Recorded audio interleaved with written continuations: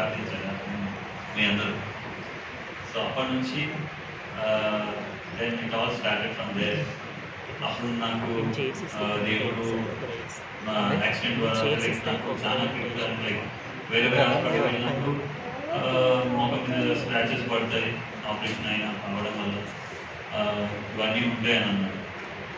But దేవుని ప్రణాళిక ప్రకారం నన్ను వేరే హాస్పిటల్కి తీసుకొని వెళ్ళడం, అక్కడ నా ఫేస్ మీద ఎటువంటి మార్క్స్ లేకుండా సర్జరీ చేయడం.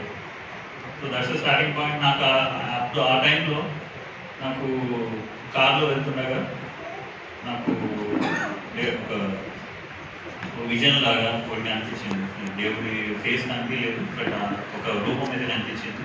Then I prayed God. చిన్నప్పటి నుంచి నాకు జస్ట్ మీ గురించి కొద్దిగా తెలుసు అంతే, కానీ ఇఫ్ ఈ సిచ్యువేషన్ ఆ సిచ్యువేషన్ నుంచి నన్ను కాపాడితే I will come to the church once to just visit, ఒక విజిటర్లకు వచ్చి పోతానన్నాను. దెన్ ఆ తర్వాత సమ్మర్లో మేము తిరుపతి వెళ్ళిపోయాము.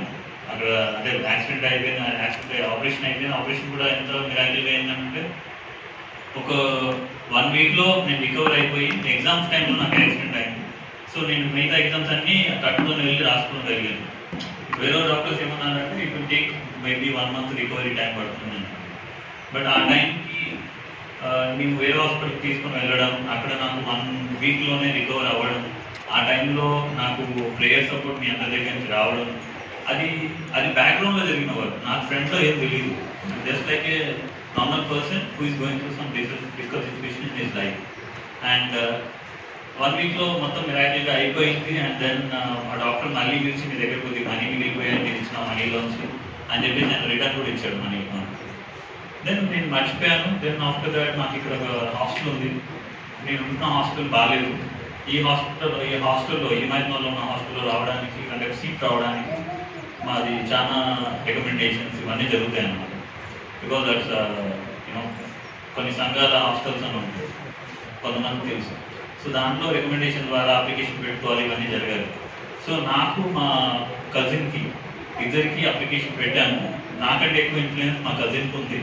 At that time also I prayed అనమాట, God I'm testing you for the second time, can you please if ఒకవేళ నాకు ఇస్తే, నేను అప్పుడు చేశాను ప్రామిస్, బట్ అప్పుడు రాలేదు, ఇప్పుడు వస్తాను అని చెప్పేసి అని అనుకున్నాను.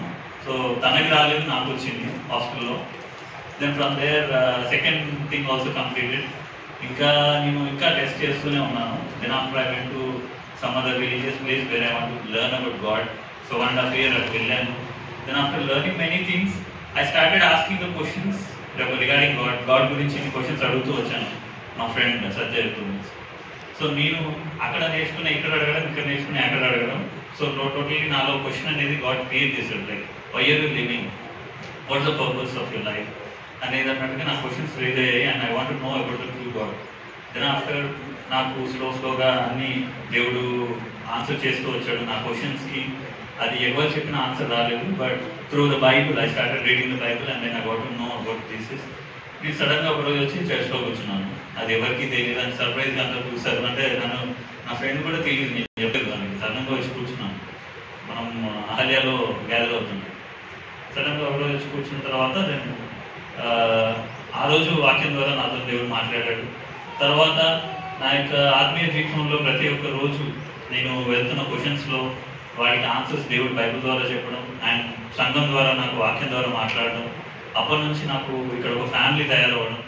లైక్ దెన్ ఆఫ్టర్ నేను అప్పుడు ఆలోచించినప్పుడు అన్నారు, నువ్వే నా సత్య ఫ్రెండ్, నీకోసం ప్రార్థన చేశాను, ఎలా ఉంది నీకు, హెల్త్ ఎలా ఉంది అని చెప్పేసాడు. అదే already 1 year back and some people are praying for me. So then I was surprised. అంటే the power of prayer is very, like that made me to come to God, like come towards God. God ఆ రోజు నాకు question raise చేయడం అనేది కూడా the main reason is that he showed his mercy upon me and he raised that question in me. లేదంటే ఒక సామాన్య వ్యక్తి ప్రభుత్వం తెలుసుకోవడం అనేది ఈజీ కాదు. ఎందుకంటే చాలా గాస్పెల్ వెళ్ళి మనం చెప్తాం, కానీ ఎవరికి ఆ నడిపింపు ఉండదు. వాళ్ళు చదువుతారు కానీ వాళ్ళకి లోపల జీల్ అనేది క్రియేట్ అవ్వదు. Only God makes it happen, then only it will happen. So అది నా జీవితంలో జరిగింది.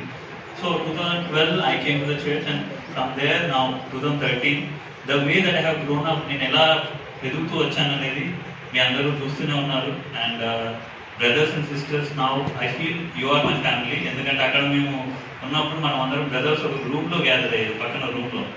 సో ఇప్పుడు వాళ్ళందరూ పెళ్ళిళ్ళు అయిపోయాయి, లాస్ట్ ఆ బ్రదర్ గ్రూప్లో ఉన్నది నేనే.